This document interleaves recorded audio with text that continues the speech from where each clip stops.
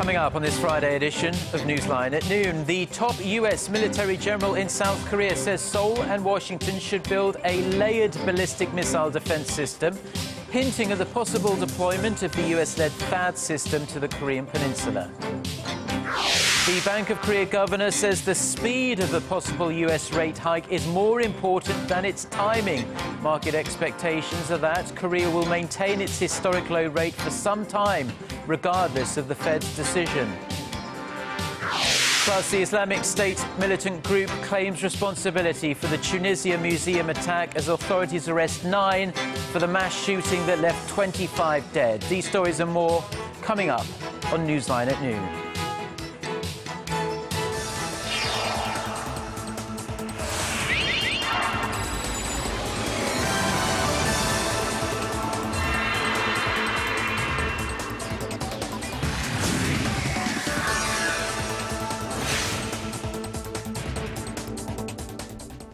It's new Friday, March 20th here in Korea. Thanks for tuning in. Live from Seoul, I'm Eojin Ju. It's very good to have you with us. I'm Mark Broom. Our top story this afternoon, the United States continues to make its case for the deployment of the so-called THAAD missile defense system to the Korean peninsula. The top U.S. military general in South Korea has told defense officials in Washington that the allies need a layered ballistic missile defense capability to counter North Korea's rising military threats. Kim Hyun-bin reports.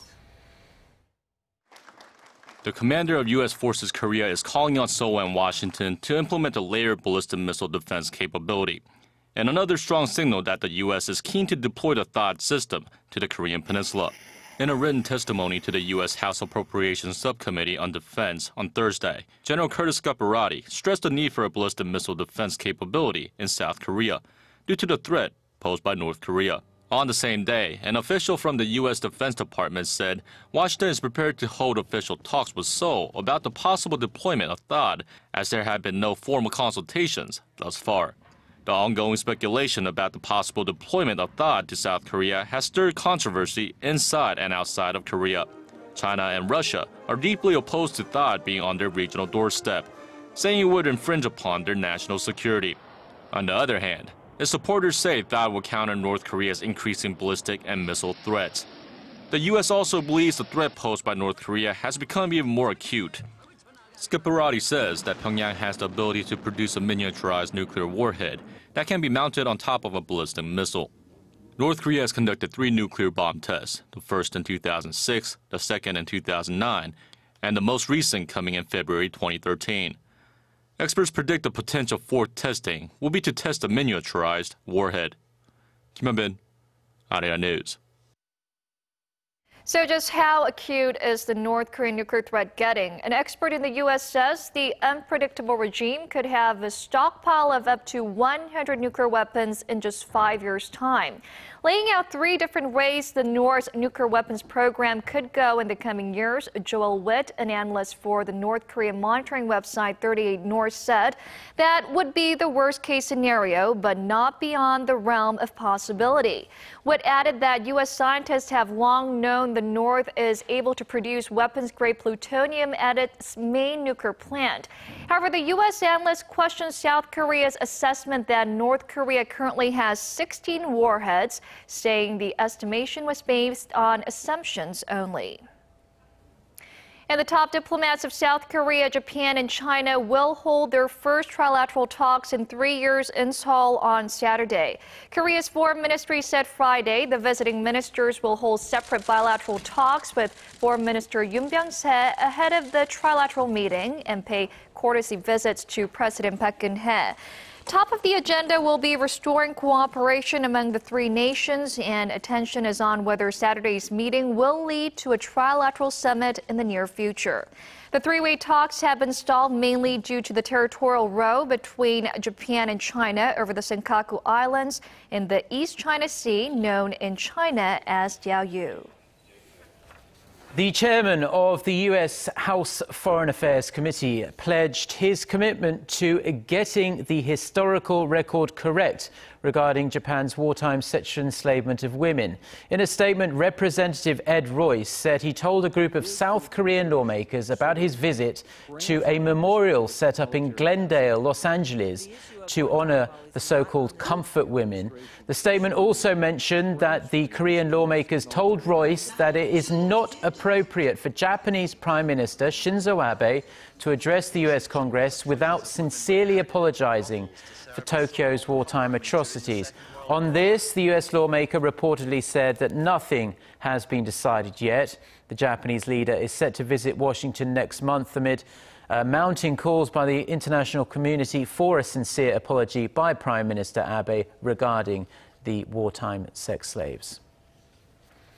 Now, the bodies of 2 people from last week's helicopter crash have been found. Although the exact cause of the accident is yet to be revealed or known, officials expect to find more clues in the wreckage that has also been recovered. Connie Kim reports. The bodies of the 2 missing pilots from last week's helicopter crash have been found in waters off Korea's southwestern coast. The Coast Guard confirmed on Friday that the bodies are those of the captains of the ill-fated chopper.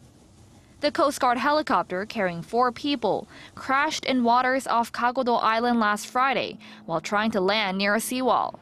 1 person still remains missing.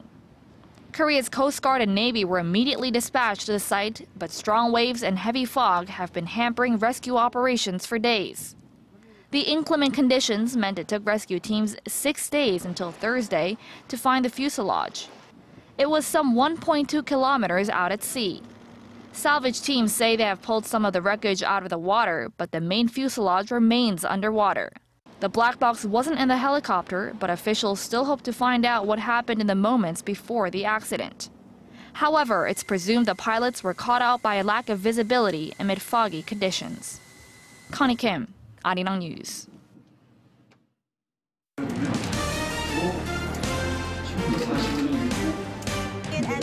Stay up to date on the latest news out of Korea, connecting to our team of reporters about the issues that matter to Korea. On air, on your mobile, online. Find out more about Korea on NEWSLINE at Noon with Mark Broom and Jin-ju. I'm Jin-ju. Market researcher, strategy analytics, said Thursday that LG Electronics brought in about... Speaking about the implications of the U.S. Federal Reserve's policy statement indicating that it is open to a rate hike, Korea's central bank governor says for Korea, the pace of the U.S. rate hike is much more crucial than the timing. Shin Se-min reports. Bank of Korea Governor Lee Ju-yeol says that the pace of the rate hike by the U.S. Federal Reserve is more crucial than when it starts. During a meeting with local commercial bankers on Friday, the governor said that although the timing of the rate hike is important, he said more attention will be on the pace of the hike as it will continue to expand once it starts. The top central banker's comment follows the Fed's recent indication that it's open to a possible rate hike, moving it a step closer to increasing the interest rate for the first time in 9 years. Regarding this, the central banker added that the uncertainty is still there, or it might have grown. But the Fed's plan is still not enough to eliminate the uncertainty for the Korean economy, as it is difficult to predict when the Fed will begin to raise its rates. Just this week, the Fed removed the word patience from its policy statement, hinting at a rate increase when it has seen further improvement in the job market and a target 2% inflation. Shin Se-min, Arirang News. Well, experts in Korea say despite the U.S. Fed's decision, Korea will likely maintain its expansionary policy for some time. A rate hike in the U.S. is, of course, a big variable to Korea's monetary policy, as it could significantly alter the landscape of global financial markets. It could cause a major capital outflow from Korea, as money that has been invested in emerging markets could flood back into the American market. So there have been concerns that this would in turn put pressure on the Bank of Korea to raise its key rate as well. However, as major economies other than the U.S., such as Europe and Japan, are continuing on with their own monetary easing, experts say this will act as a buffer to the Korean economy, even if a considerable amount of money flows back into the U.S. Market watchers expect Samsung Electronics to shift over 50 million units of its latest premium-end smartphones this year. Global market analysis provider Dram Exchange says it has raised its 2015 sales outlook for the Galaxy S6 and Galaxy S6 Edge by 20% from its previous forecast. It expects Samsung to sell 22 million Galaxy S6s in the second quarter of the year. That's 5 million more than its previous estimate. It also projects quarterly sales to well exceed 10 million in each of the final 2 quarters of the year. Samsung debuted its Galaxy S6 series at the Mobile World Congress in Barcelona early this month with ambitions to regain its lead in the global smartphone market over rival Apple. Now, in these times of slowing growth and low inflation here in Korea and also other developed economies, they are raising salaries, as that could potentially boost consumption and lead growth. But is Seoul taking steps to follow the suit of other developed economies? As our Song Ji-son tells us, not quite yet. Korea's minimum wage has been rising at a pace of 7% over the past 2 years, but opposition parties claim the pace of the hike should be over 10% to reach at least $9 per hour. Finance Minister Choi Kyung-won has been calling on corporations to raise salaries as higher income boosts consumption, leading growth. In the US and Japan, as their paychecks will be bigger than last year. Walmart last month announced that it will raise its hourly pay to $9 per hour, and other distribution companies like Target and Marshalls have also followed suit. Japanese automakers enjoying a sales hike from the weekend are also raising salaries for their employees, some for the first time in over a dozen years. Nissan, Toyota, and Honda have increased their monthly basic salaries to between $30 and $40. Germany and the UK have raised their minimum wage this year, and many European countries have a minimum wage that's double that of Seoul's. Meeting with business leaders last week, the finance minister urged companies to consider raising salaries, but business leaders were reluctant to follow, saying that could weaken their competitiveness. Che has also scaled back, saying corporate salary is an issue negotiated between labor and management. Song Ji-son, Arirang News. South Korea is looking for a way to reach a compromise with North Korea on the wage dispute at the Inter-Korean Kaesong Industrial Complex. A Unification Ministry official said Thursday that North Korea's unilateral decision last month to hike wages by more than 5% is not totally unacceptable, and that Seoul is seeking talks through the Management Committee for the jointly led complex. Previously, Seoul said it was firmly against a pay raise and offered government-level discussions on the issue, which Pyongyang rejected.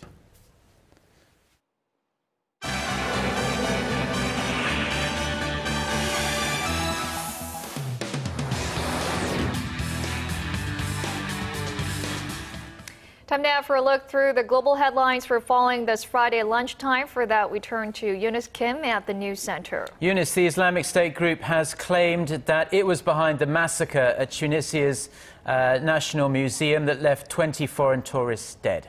That's right, Mark, but there are some security analysts in the region who are skeptical and wonder if the group is taking credit for the work of perhaps a sympathizer. Our Kwon So-ah has a recap, including the progress of the investigations. The first drop of rain is how the Islamic State extremist group described Wednesday's attack on a museum in Tunisia. Claiming responsibility in an audio recording posted on Twitter, the terror group praised the 2 attackers killed in the mission, calling them Knights of the Islamic State. The group, however, offered no proof that it was behind the attack. In their ongoing investigations, police have made 9 arrests. 4 suspects are said to be directly linked to the gunmen. The remaining 5 are alleged to be part of a terrorist cell. Officials say the terrorists chose Bardo Museum as its proud symbol of Tunisia's historical identity. They chose Bardo Museum, and this is not a coincidence. Bardo Museum is a place of memory, and they hate these memories. Bardo Museum is a place for history, and they hate history. The overall death toll rose to 25 on Thursday, including 20 foreign tourists from several nations, a police officer, and the 2 gunmen who were shot dead by security forces. Nearly 50 others were hurt. But Tunisia's security services have been praised for their quick response as the gunmen had explosives which they failed to detonate. Surveillance will be intensified on all tourist zones in the country to avoid any other incidents like the one yesterday. It will involve all the national territory. The attack is the deadliest to have hit Tunisia in more than a decade. The country is concerned about the impact this attack could have on its young democracy and its tourism industry, of which its economy is heavily dependent. Kwon So-ah, Arirang News. The United States is reassessing its Middle East peace approach and, by extension, its relationship with Israel. That's the message President Barack Obama had for Prime Minister Benjamin Netanyahu in a congratulatory phone call made 2 days after the Israeli leader was re-elected to a fourth term. Now, that tone was consistent with comments made earlier by White House spokesman Josh Earnest, who indicated it would re-evaluate its historical support of Israel at the UN in light of controversial comments Netanyahu had made in the final hours of his campaign that a Palestinian state would not exist under his watch. Following his victory, the prime minister appeared in a TV interview in the U.S. to say he still wanted a two-state solution, but that the circumstances needed to change in the interest of Israel's security. And back here in Northeast Asia, America's First Lady, Michelle Obama, is in Japan in a 3-day trip to promote education for girls around the world. It is part of her initiative called Let Girls Learn, which will take her to Cambodia later today. Obama arrived in Tokyo on Wednesday. She was greeted by Japan's Emperor Akihito and Empress Michiko at the Imperial Palace before meeting with Prime Minister Shinzo Abe. She and Japan's First Lady, Akie Abe, pledged to strengthen their cooperation to give more girls globally an opportunity at education, which she credited for her own successes. Relatedly, Japanese police have arrested a 52-year-old man from Okinawa who could be tied to the telephone threats made to the U.S. Embassy last month against the life of Ambassador Caroline Kennedy. News of the threats had emerged as Michelle Obama arrived in Tokyo. And in other news, March is Women's History Month in the United States, and to mark the occasion here in Korea, the U.S. Embassy has invited female leaders from around the world to network, share their insights, and celebrate women and their many achievements. Our Kim Min-ji sat down with Claudia Chen, a leadership expert and guest speaker. Women worldwide are making strides to break down walls and create social equality, change, and a more positive environment for women. Claudia Chen, the CEO of She Global Media, a media and education company, is one of them. She's in Seoul to share her insights and empower young women so they too can make change. Well, there's absolutely a women's revolution happening right now across the world, I believe. I've seen an unprecedented amount of organizations and activists and businesses who have been speaking up for women's rights. Being a woman is incredible, and also it brings a diversity to society. I think feminine traits are incredible qualities of collaboration and communication and empathy and vulnerability that the world needs right now. So what improvements are needed, to foster an environment, to foster more female leaders? It can't just be women fighting for women. We need to have the private sector. They need to create programs to get more women into higher level positions. Media is a huge vehicle as well because you have a microphone that speaks to so many women, and to share stories like this, just to create consciousness. Media creates consciousness, and consciousness is what leads to change. So a recent report by the World Economic Forum showed that Korea ranks 117th out of 142 countries when it comes to gender inequality. So what are some of the things that Korea needs to do in order to reduce this discrepancy and foster more women leaders? We need more initiatives to help young women coming out of college get jobs, because it's very, very difficult, more difficult for a young woman to get a job than it is for a man. That's one, so institutionalizing career programs, sponsorship programs, internship programs at universities, at corporations. That seems like a very important initiative. Number two is, women are not having children. There's a huge fertility issue here in Korea, and of course, then that's not good for society, and it's not good for women. So there needs to be a lot of programs and initiatives around that as well. Do you have any advice for aspiring young women?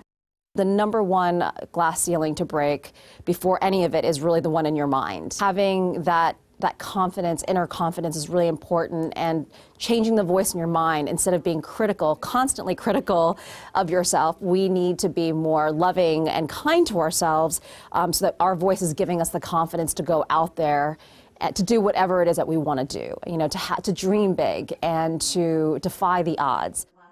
김민지, Arirang News. Now, a growing number of Korea's urban dwellers are leaving the city behind them and returning to the countryside. According to the Agriculture Ministry, 44,000 households relocated to rural areas last year, jumping nearly 40% from the previous year. Now, one of the reasons cited for the record high figure was poor job security for young people. The trend first made a big surge back in 2010, and the government expects it will continue into the future following projections of increased life expectancy for Korea's expanding senior population. Now, as with most countries these days, surveillance cameras dot the streets of Korea's urban areas, but many are getting a major overhaul to improve public safety and security. And technological developments are being rolled out as well to cut down on potentially very costly human error. Kim Ji-yeon reports. An employee starts to walk around with no safety mask or safety gear on. The potentially hazardous situation is detected by a state-of-the-art camera and instantly relayed to a safety administrator.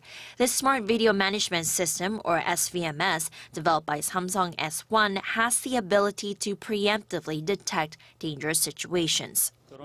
We film a site for a month and find a pattern to determine unsafe conditions based on the camera's 14 algorithms. There are 6 more categories for various industries. The system can detect and send warning signs to the administrators, allowing a swift response.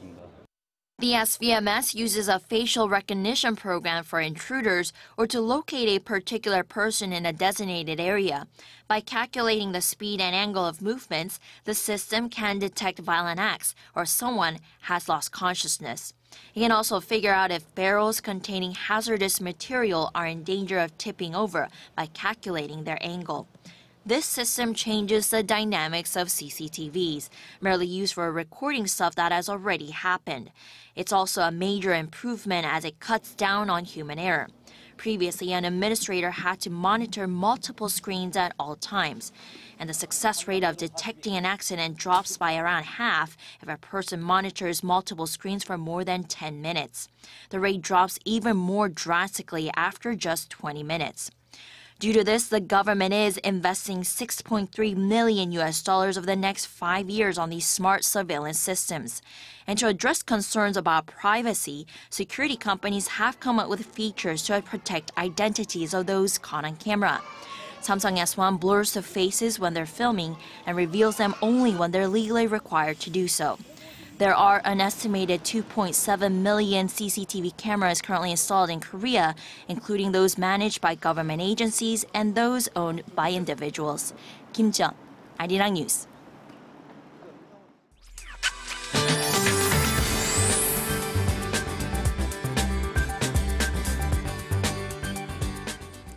Good afternoon. It's so warm outside here in the capital, and the daytime high will later peak at 20.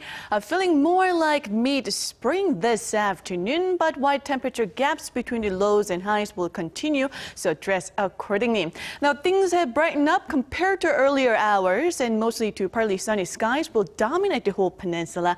But the level of fine dust are relatively higher than usual in many parts, including here in Seoul. So even if it's beautiful outside, try to avoid being outdoors for too long. And as for today's top temperatures, while the daytime high here in Seoul will rise to 20, Daegu and Gwangju will peak at 21 and 18 respectively. And as for the other regions, Jeju Island and Daejeon should see a high of 16 and 20, and Dokdo tops out at 12. Now we'll have one more day of relatively warm readings, and the temperatures will go back to the norms on Sunday, and the lows will briefly drop to the freezing side early next week.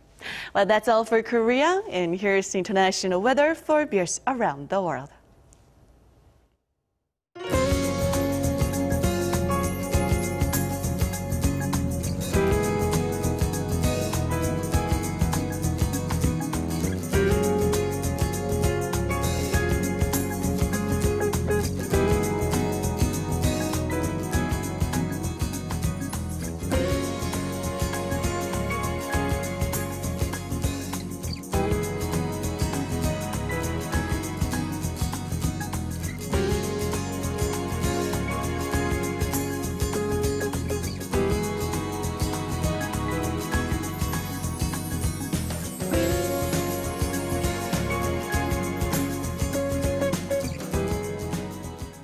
Well, that just about does it. Those are the stories we've been following on this Friday afternoon in Seoul. Join Mark and I at the same time on Monday. Have a great weekend. Bye-bye.